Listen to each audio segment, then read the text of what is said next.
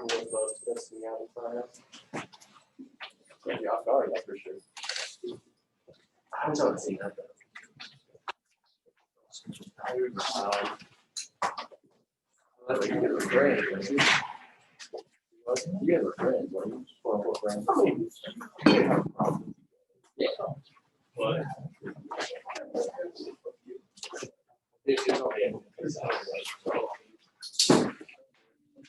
Yeah. Yes. I don't know. We can do that.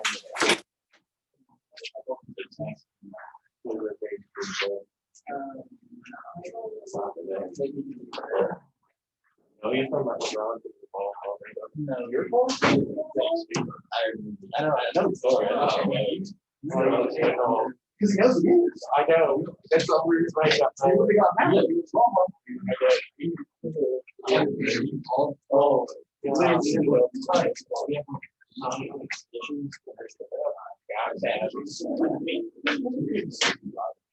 don't know why he's called me that. All right, we're going to look at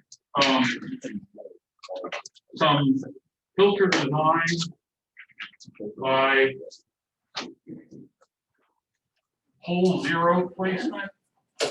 So this is kind of a manual design technique.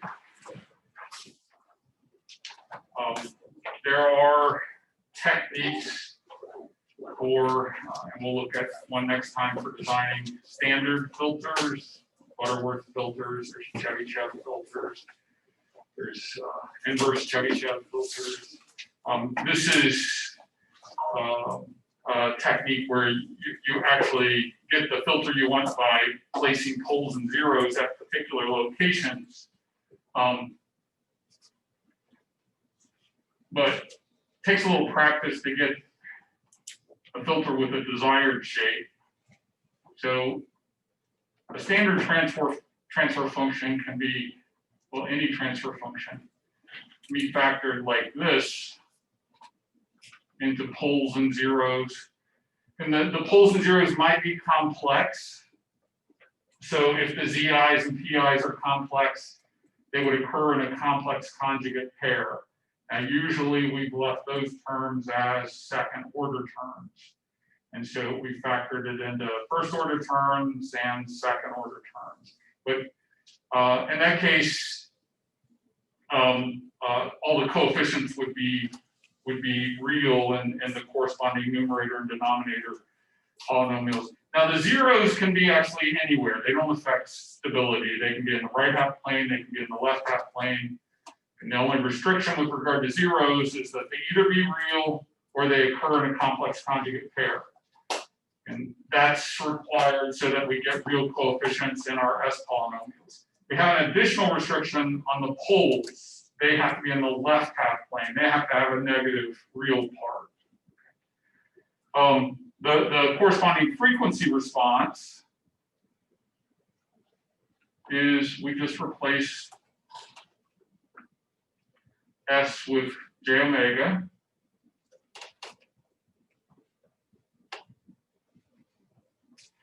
So we're assuming we're having M zeros here and N poles.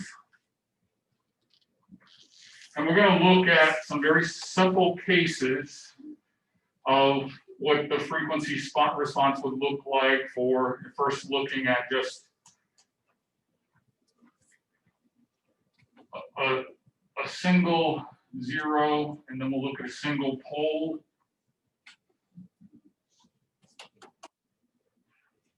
So by single zero, I mean it has a single complex pair of zeros.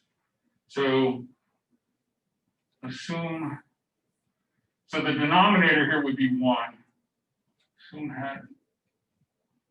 Assume system has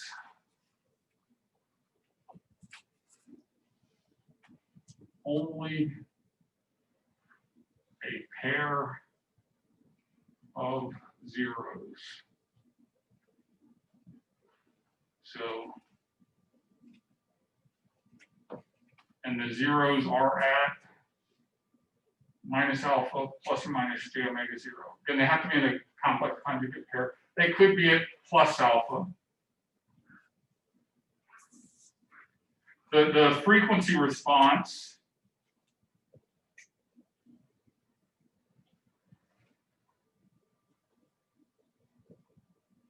is h of omega is j of omega plus alpha minus j omega 0 and j omega plus alpha plus j omega 0. And we subtract the 0 from j omega here. J omega minus or full. So when we do that subtraction, the minus alpha becomes a plus alpha. The plus j omega becomes a minus j omega, and the minus j omega becomes a plus j omega.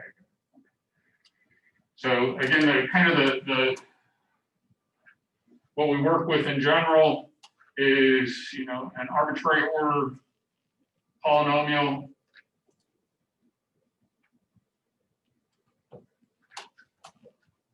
plus 10. Okay, so fifth order polynomial could have 5 roots, okay.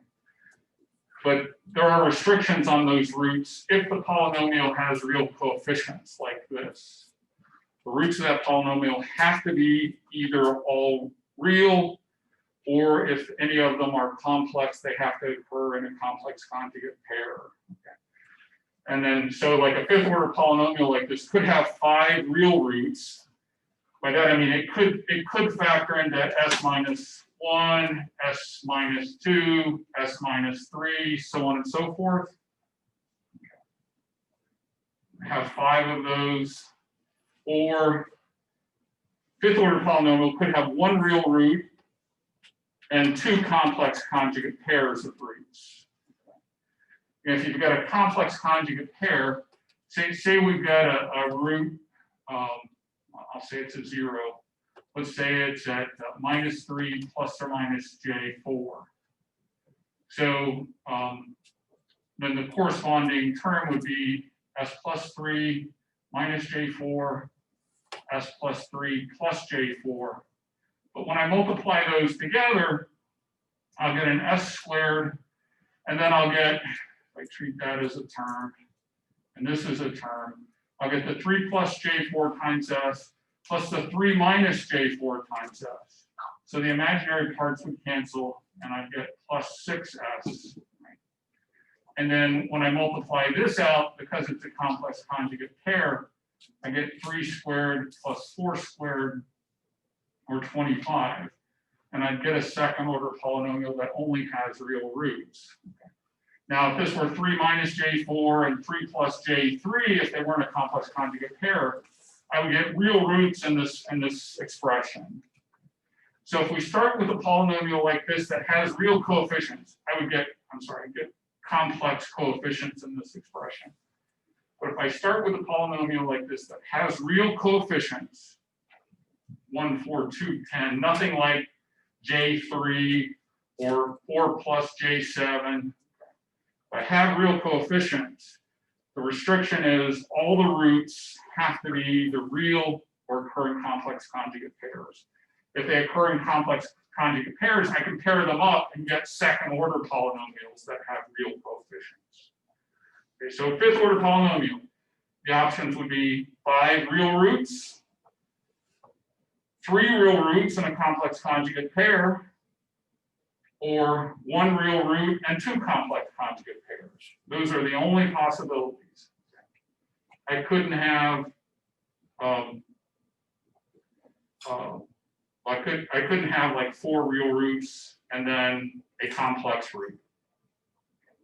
Have to occur in complex conjugate pairs. That's a restriction of this having real coefficients. So right now we're looking though at the very simplest possible case where I've just got a numerator expression. And so I can multiply this out and actually get, you know, an s, I could get a real polynomial. Okay. We've talked about m of omega. Your textbook authors introduced this for the magnitude response. It's not a huge savings, so we're just writing the absolute value though. But the absolute value of a product is plus alpha minus, is the product of the absolute values. I'm going to call these terms I1 and I2, where I1 and I2 are actually the difference, the distances from a point on the j omega axis to this 0 location. So what we want to try and do now is get a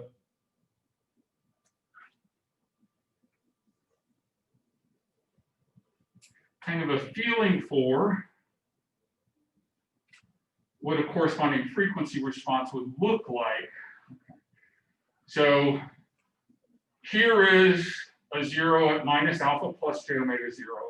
Here is its complex conjugate pair, okay, minus alpha minus j omega 0. Now the frequency response, this I1 distance is the distance from this 0 to an arbitrary frequency on this axis that I'm just calling j omega. So that's this distance. I2 is the distance to the other 0. So my frequency response is the product of these two, as I move my j omega point along here. The magnitude of the frequency response. Just the product of these two distances. So, when I'm really far away, and the distances are long, my magnitude response is going to be high. Okay, so when I get really far away, my magnitude response is going to get high. You can see from the symmetry here that I'm going to have symmetry above and below my real axis, right? Because of the symmetry of my zeros. The other thing, and it may not be obvious, is that I'll have a minimum response right here when omega is equal to omega 0. That's because I1 is its shortest then. Similarly, I would have the same response when j omega is equal to minus j omega 0. Here, that's when I2 would be the shortest. And that's when we actually have these minimum values in the response. Now here it never reaches 0 if the zeros were on this axis. So the alpha was 0, and I had a 0 at j omega 0 and another 0 at minus j omega 0. Then at a frequency of plus j omega 0 or minus j omega 0, this response would go down to my 0 axis and touch 0. Here, these aren't touching 0. Okay, they're just reaching kind of a minimum value here. We can actually calculate just geometrically when j omega is equal to j omega 0. We have this. In that case, I1 is equal to alpha, right? That's what this distance is. It's the real part. I'm dealing with it's actually minus alpha, but I'm just dealing with magnitudes here. That distance is alpha. This distance we can get from the Pythagorean theorem, right? That distance is alpha. This is 2 omega, plus omega, minus omega. This difference is 2 omega. So in that case, the magnitude response would be alpha, and it would be square root of alpha squared plus 2 omega squared, 4 omega 0 squared. Okay. Would be that minimum value. This is M min equal to evaluated magnitude response at. So this is the frequency response for just a pair of zeros like that. It's really easy to plot this in octave. We can get that response pretty easy. Any questions about that?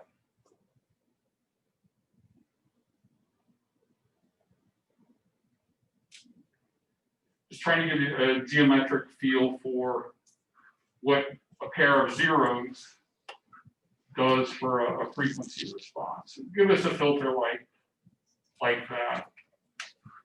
But let's look at a pair of a single pole pair, single pole response. here, P and P conjugate are minus alpha plus minus j omega 0. And so now my magnitude response would be, it's really just going to be 1 over that, omega plus alpha minus j omega 0, and 1 over j omega plus alpha plus 1 over j omega 0, or 1 over I1, 1 over I2.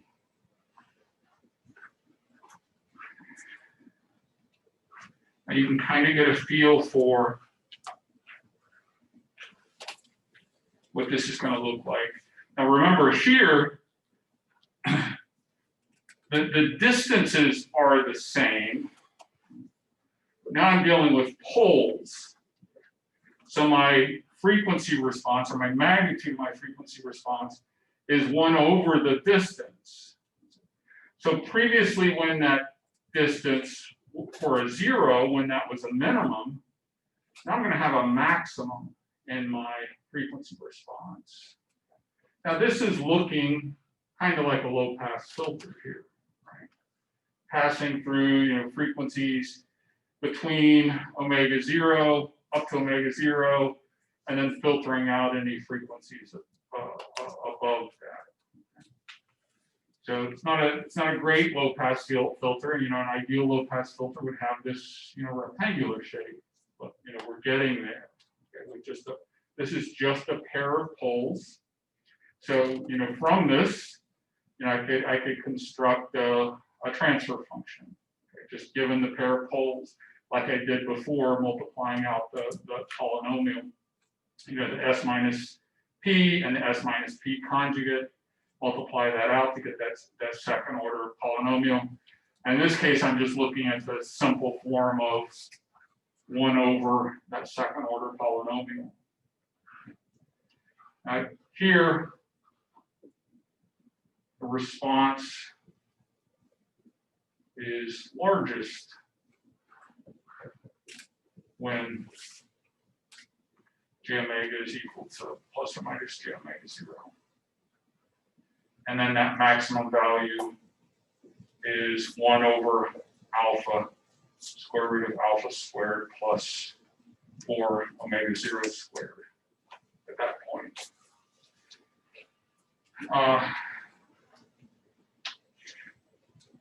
Now,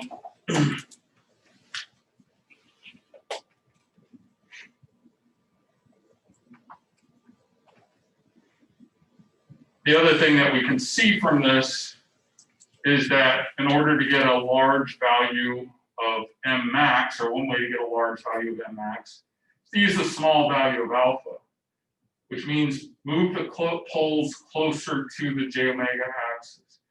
I have to be careful with poles on the j omega axis, because if I have a pole on the j omega axis, that's a 1 over 0 or an infinity in my magnitude response at that frequency. You typically want to avoid infinities. It's okay to have a 0 on the j omega axis. It's okay to have zeros anywhere. But poles, we want to avoid having them certainly in the right half plane. We want to avoid having them actually on the j omega axis. We can get a filter that looks a little different. Well, you can kind of figure out what this is doing just from the poles and zeros. So we have zeros here at J2 minus J2, and they've got it in complex conjugate pairs. We've got not quite a 0 because it's not on the axis, but we have another 0 at J4. So we've got a 0 here at 2, a minimum at 4. Notice that we have peak values at plus or minus 1. Now, if we didn't have this pole pair here, due to the zeros, we'd have a very low response here. But by putting poles there, it increases the response at J1 and minus J1, giving us something that looks more like a low pass filter. And then, I could put this right on the axis. This is just kind of showing that we don't necessarily need to. And then I also have, a peak value here at J3, another peak value at J5. this particular case, all the alpha values for the poles are the same. But by kind of playing around with poles and zeros like this, recognizing that if I have a pole near the j omega axis, I'm going to get a peak in my frequency response near the pole. If I have zeros on the j omega axis or near the j omega axis, I'll have a minimum at those particular frequencies. So, and you can do this somewhat arbitrarily. Let's say I want zeros, maybe at plus or minus j 1000, and then that's going to be my first zero. And I have poles we'll play around with this, at minus 10 plus or minus j 500. And it's relative. Let's see what we can do with this in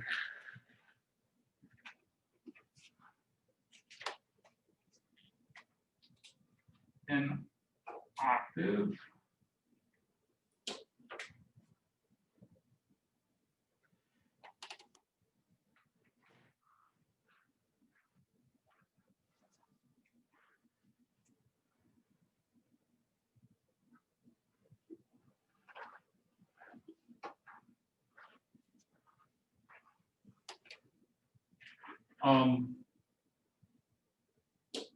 Actually,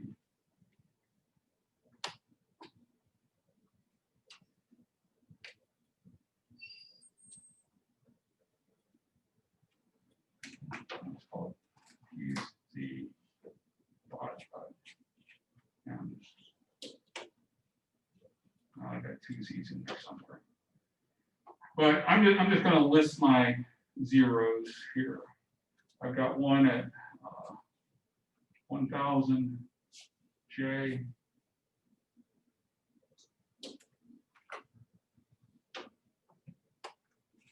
And another one at minus 1000 J. So I want to do it this way.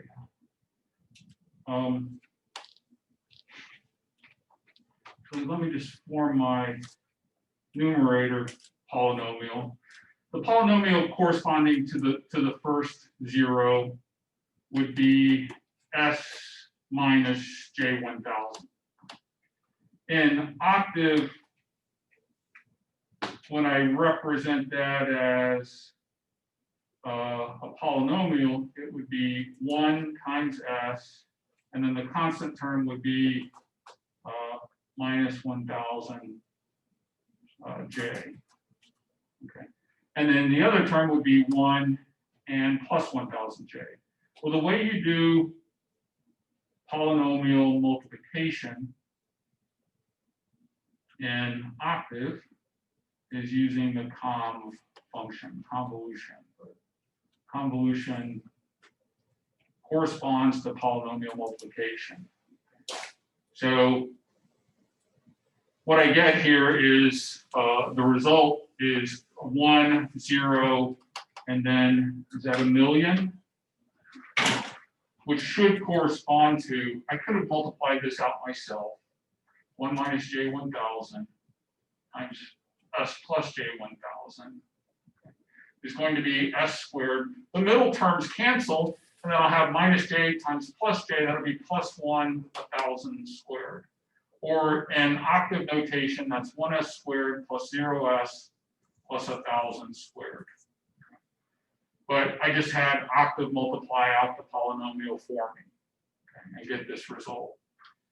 We can do the same thing for the poles. So I want to save this. This is my numerator polynomial. And then for my denominator polynomial,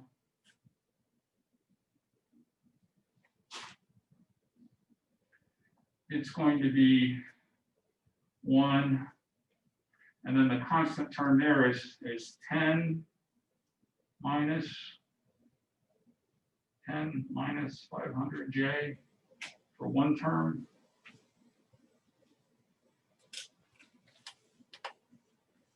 then the other term would be S, and then the constant term would be 10 plus 500J.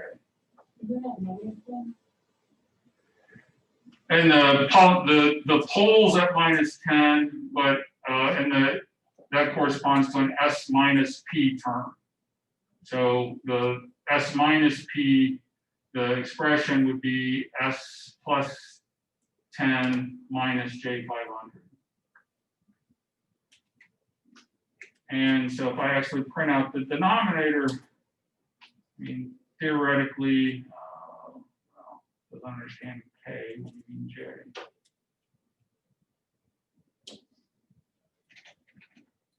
This would be this second order polynomial. S squared plus 20S plus 250,100. And that's what you should get if I multiply those out by hand. Again, it's a second order polynomial with real coefficients. And that's a consequence of always actually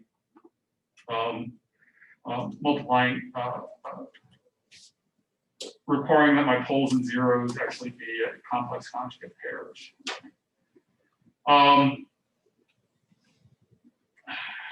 Let's see, now how do I want to do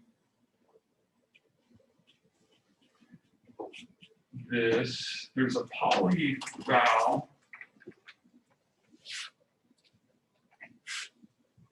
which will give me, I think that's the name of it, that will evaluate these polynomials at particular values of omega.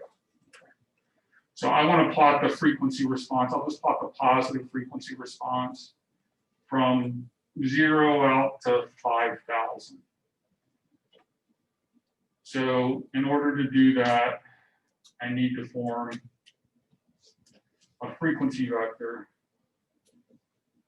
I'll go from 0 out to 5,000 in steps of 20. And then I'm going to evaluate my frequency response. It's going to be a vector. It's going to be polyval. I'm going to evaluate the numerator polynomial at J times omega. So this would be a complex vector. And then I'm going to divide that by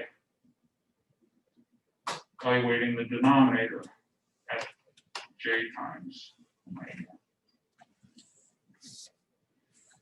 What I want to plot, though, is actually omega and then the absolute value of H. Now, what I'm expecting here is, again, I should have a 0 at 1,000 and then a peak response near 500.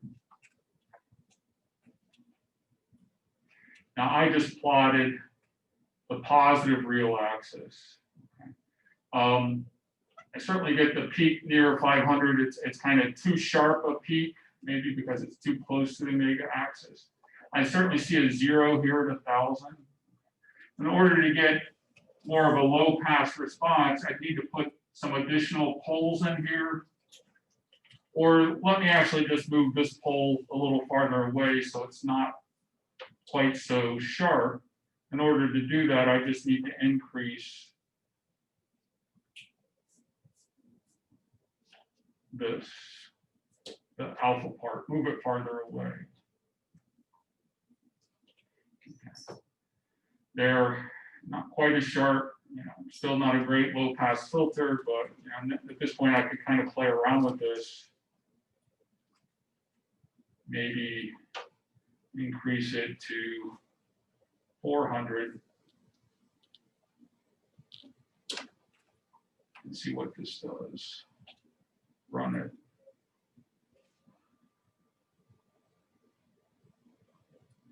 There we go. Not a great low pass filter, but it's kind of, it's got the 0 at 1,000. I can put additional zeros in here or wherever I wanted as well. Maybe and put additional zeros at 2,000, 3,000. I see it's actually And at high frequencies, my response is going to 1, but it's kind of a low pass filter. There is actually another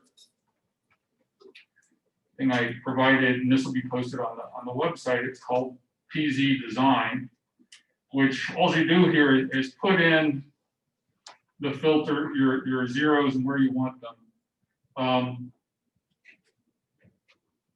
So the zeros here are required to be on the axis. So we've got a second order 0 at 1000 J. And we've got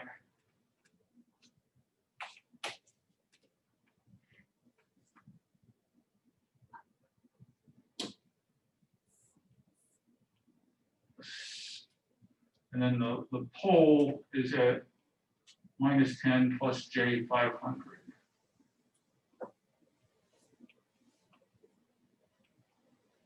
This was the first plot I put in there.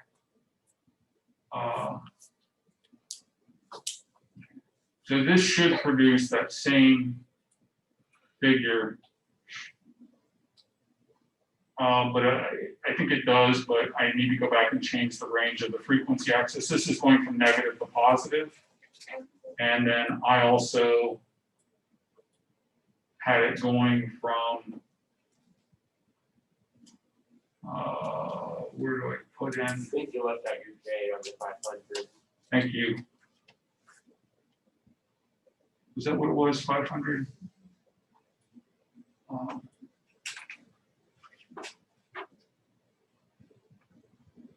But then the other thing that's going on here, I only plotted out to 400. So I need to change that. So it goes from minus, what did we do initially, 5,000 to plus 5,000. From 0 to 5,000. Yeah, I did 0 to 5,000. I'm going to show both sides. So that's, I only showed half of that before we had that really peak response. But you can use this. I think the last one we ended up with this was like 400. So, and you could enter in multiple poles as part of a vector, and this does nothing more than actually loop through all the poles in this. So.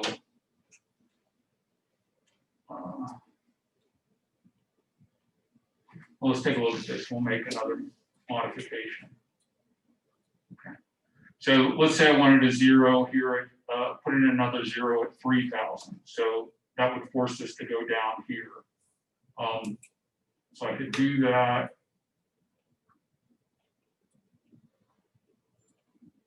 All I need to do is here, put another one at, what did I say, 3,000 J.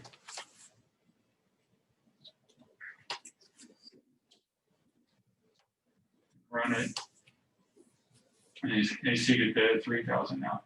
I'm getting some bad behavior here at higher frequencies. Actually, this is a really big response here at maybe equals 0, so I need to probably do some normalization here on this thing as well. But we can play around with this and kind of get, knowing what the zeros do, especially on the j omega axis. Knowing that that's going to force those frequencies to be 0. So those will be completely filtered out. There's certainly some better filter design techniques. Again, this is manually placing these filters, but let's look at another type of filter that's related to this.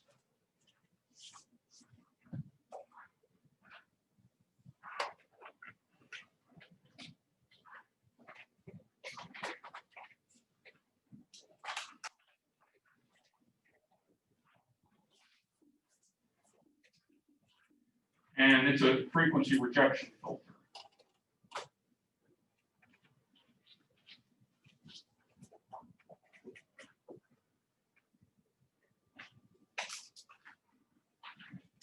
So here we want to pass through all frequencies this is the two-sided spectrum, while eliminating others.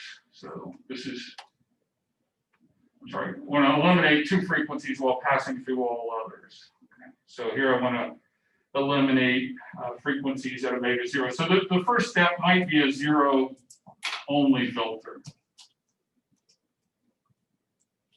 where I would let Z and Z conjugate be equal to plus or minus j omega 0. I know that's going to put the zeros at the right location. The corresponding h of omega would be j omega minus j omega 0 times j omega plus j omega 0. And remember, it's j omega minus the 0 location. So the response here is omega squared minus omega squared. Okay. So if you do that, you don't end up with quite what we want. Okay. It definitely has the zeros at the right locations, but you get some unwanted behavior. It's not this flat response that we were hoping for everywhere else. So what we can do is, what you have to do is add poles like this, kind of in parallel to the zeros at the same j omega. And then now you can argue that, if you're some distance away up here, then remember, this is a denominator term, this is a numerator term, this is another denominator term, this is another numerator term. So these denominator terms are almost equal to the numerator terms. So because of that, as we get some distance away, because of that, that ratio is going to be 1. And that's what we wanted. When we get some distance away from the 0, we want that magnitude response to be 1. Actually, by moving the poles closer to the j omega axis, here it's 0.1, a tenth of omega 0. By moving them closer, I'll get sharper and sharper responses. So this is a good technique for designing band reject filters. So this is actually the set of band reject filters for different values of alpha. Actually, here they're in terms of this angle beta, but that's directly related to alpha. As beta gets smaller, my alpha gets closer. So smaller betas, this is the smallest value of beta, it's 1 degree. And then as beta gets larger, my pole gets, it's still at the same j omega, it's just moving out horizontally. I get, band reject filters, which aren't as good. But there is a disadvantage to having too small an alpha.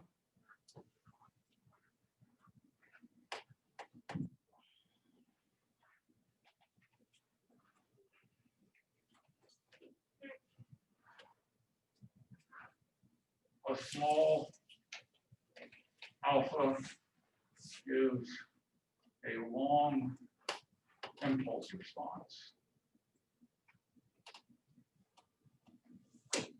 So what we have at this point is S minus j omega 0, S plus j omega 0, S plus alpha minus j omega 0, S plus alpha plus j omega 0. Remember, I had them have the same imaginary part, but then I had a alpha part, a real part for my pole. And I could do this using Laplace transforms or Fourier transforms. But now if we multiply this together, we'll get S squared plus omega squared in the numerator, and S plus alpha squared plus omega 0 squared in the denominator. Now here, can't take the Laplace transform or do a partial fraction yet because the numerator is the same order as the denominator. So we have to do that little trick. We rewrite this as 1 minus 2 alpha s plus alpha squared over s plus alpha squared plus omega 0 squared. The corresponding h of t, and this is where alpha appears, is delta t minus a capital A e to the minus alpha t cosine of omega 0 t plus theta times u of t. Okay, where a here is 4 plus alpha squared over omega 0 squared to the 1/2, and theta is, I skipped some work there and jumping from here to the impulse response. That's an inverse Laplace transform. I think you'll find this is actually on your table of Laplace transforms. Not really too worried about the steps, but the thing here is a small alpha. So here in this, and if we think of time constants, for time constants, we write t over tau. Well, so the time constant is the reciprocal of alpha. A small alpha means a long time constant, or a long time for this thing to decay away. It does decay away because of this exponential term, but a small value of alpha means a slow decay time.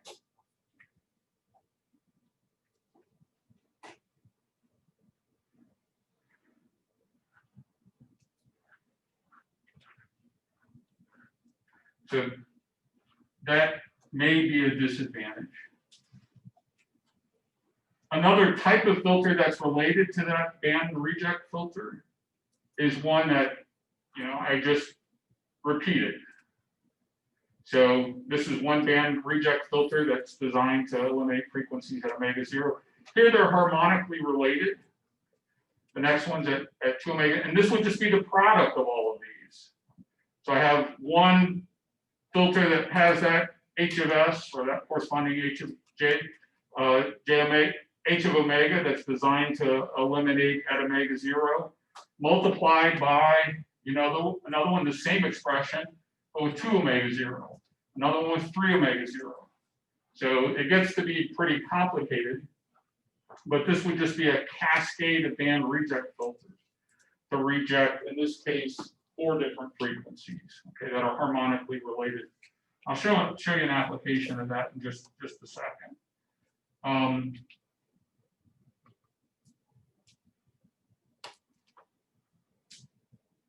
Another thing that we could do is actually, if I put my band reject filter responses close together, I can get a band elimination filter where I eliminate a range of frequencies that are close together. I'm going to have zeros at all this point. Again, by pairing them with poles, I know if I get some distance away from that cluster, I'm going to approach 1. And that's why we have the pairing there of the pole and 0. So that away from that, when I get away from that, these clusters, I know my response will be equal to 1. And so I can get band elimination filters of any desired width. Okay, so some things you can play around with to illustrate the use for these. If and you can download these next sequence of stuff.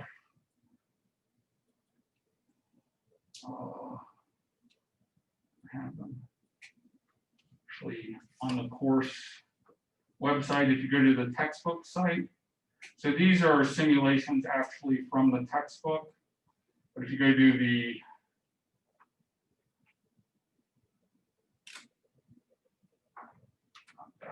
see my mail.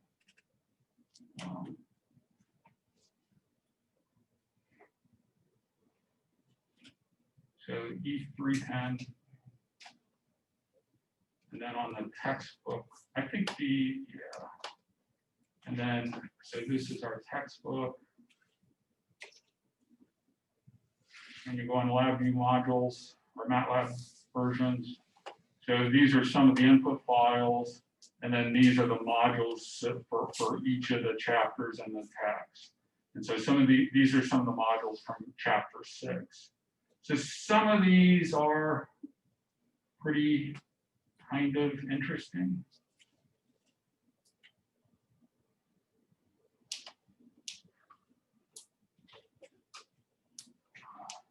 So this is showing, I think it's a trumpet. So that's the original signal here. And you see all the actual harmonics. So this is a piece of the time domain waveform. Okay, so you see it's kind of periodic.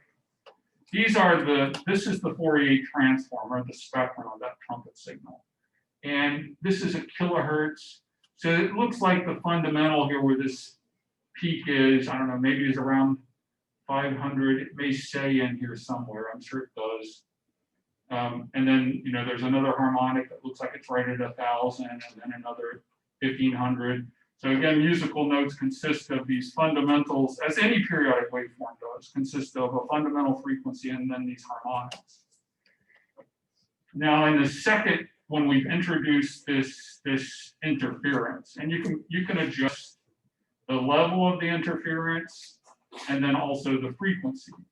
But the signal with the interference is Y. So this is X, this is Y.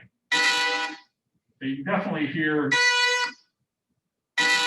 the interference, and the interference frequency is around, yeah, it's 800 hertz, but you know, we can change that. There it is at 1100. Actually, it takes a second for the display to update. You see how the frequency here actually moved. Let me change it back to 800, or I have to change my filter. So I've got a band reject filter designed using this technique that's designed to eliminate frequencies at 800.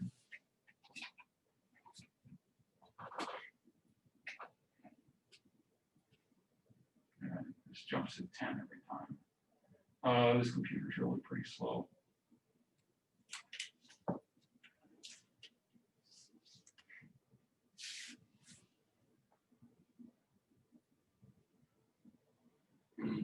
So here's the band reject filter in red, and there's red all across the top here because it has a unity response. Looks like I need to drop the interference one more time. So now the interference is at the same location as my filter. So here the blue is after filtering, and so we've gotten rid of that interference. So here's the original. Here's with the interference, and then here's after filtering, after removing the interference. So the objective there is to get it to sound like the original. Right? And you can play around with actually the level of the interference, and then that filter decay factor, that alpha, how close it is to the axis. Okay. Those are the only two things we really have to play around with on our band reject filter. That's this first one. Are they omega 0 and alpha? And so you can play around with both of those in this particular simulation. Another simulation, I think that, what does this one do?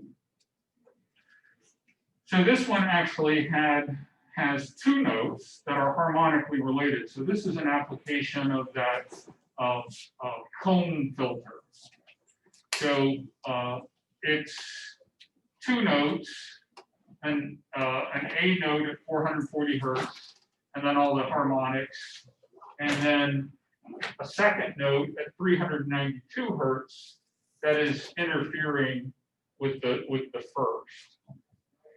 And then so here, actually it looks like I'm trying to filter out the A, and because I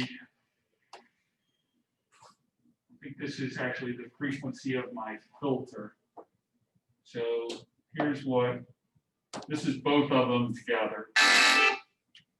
And then this is trying to filter out one of them. Not great. Please, let me see if I can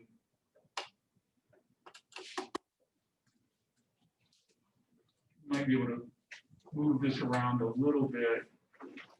I'm looking to filter out more of the one and preserve the other.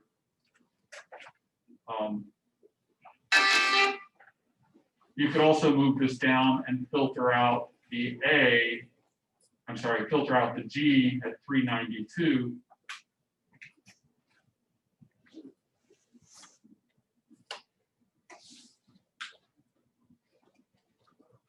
If I get this close, we should see the drop in the lower of the two.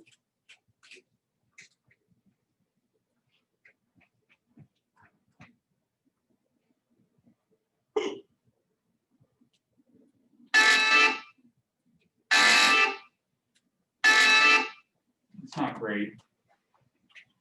Have to play around with that one a little.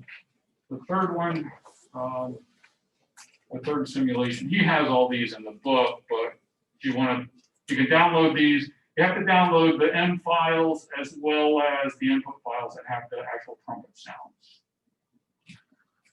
And then drop them all in the same directory, then it should work.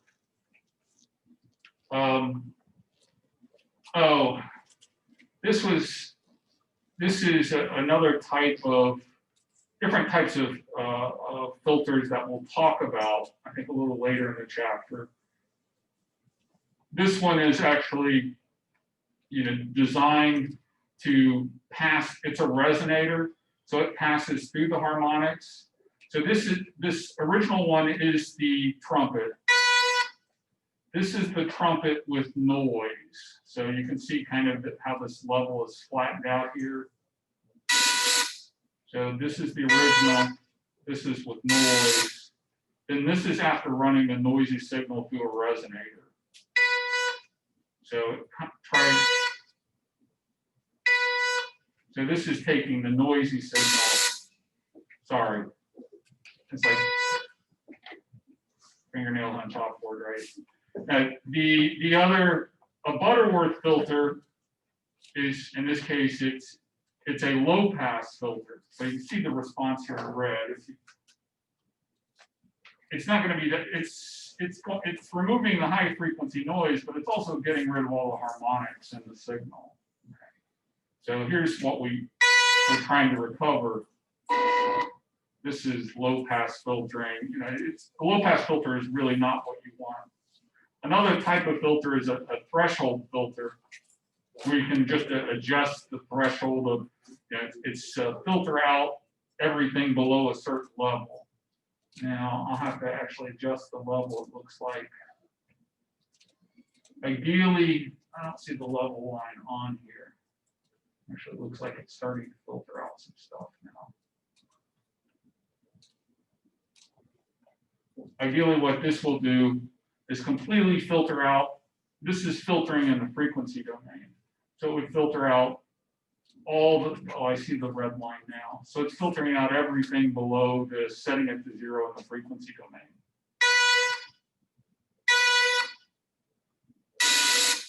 But this is a different type of filter. It's not a regular time domain filter like an RLC circuit. This you actually have to calculate the spectrum, zero out parts of the spectrum, and then transform back into the time domain. But this resonator filter and Butterworth filter are classic time domain filters. So, all right, we'll talk actually about Butterworth filters on Wednesday.